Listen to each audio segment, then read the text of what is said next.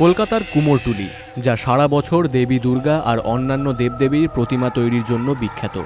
কালীপুজোর প্রাক্কালে সেই মৃৎশিল্পের এলাকাতেই জেগে ওঠে এক ভিন্ন জগৎ, লোকে যাকে বলে ভূতের বাজার। এখানে মূল প্রতিমার চেয়েও বেশি কদর কালী মায়ের দুই সহচরী ডাকিনী ও যোগিনীর এবং নানা রকমারি ভৌতিক মূর্তির।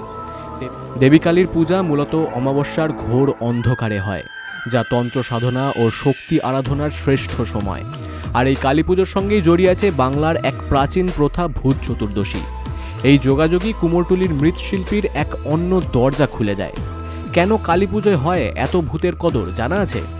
কালী পুজোর ঠিক আগের দিন কার্তিক মাসের কৃষ্ণপক্ষের চতুর্দশী তিথিটি ভূত চতুর্দশী নামে পরিচিত। এই দিনেই ভূতেদের সঙ্গে একটি যোগসূত্র সৃষ্টি হয়, তাও কিন্তু লোকবিশ্বাসের উপর নির্ভর করে।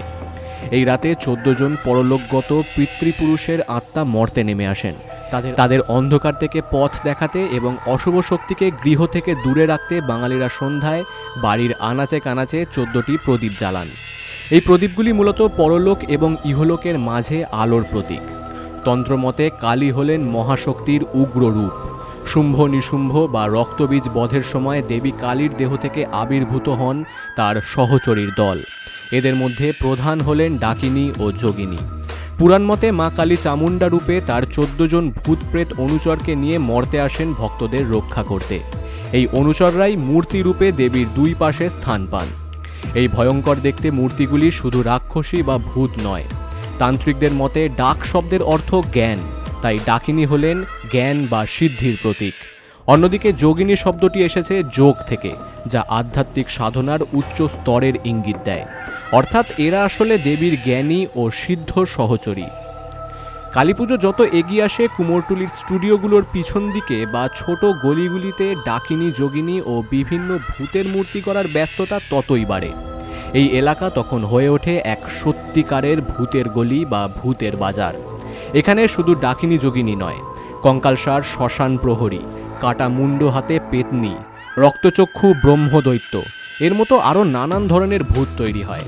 বড় বারোয়ারি মণ্ডপগুলো এখন থিমের টানে ভৌতিক পরিবেশ তৈরি করতে চায়, তাই ডাকিনী যোগিনীর পাশাপাশি অন্যান্য ভূতেরাও মণ্ডপের আকর্ষণ বাড়ায়।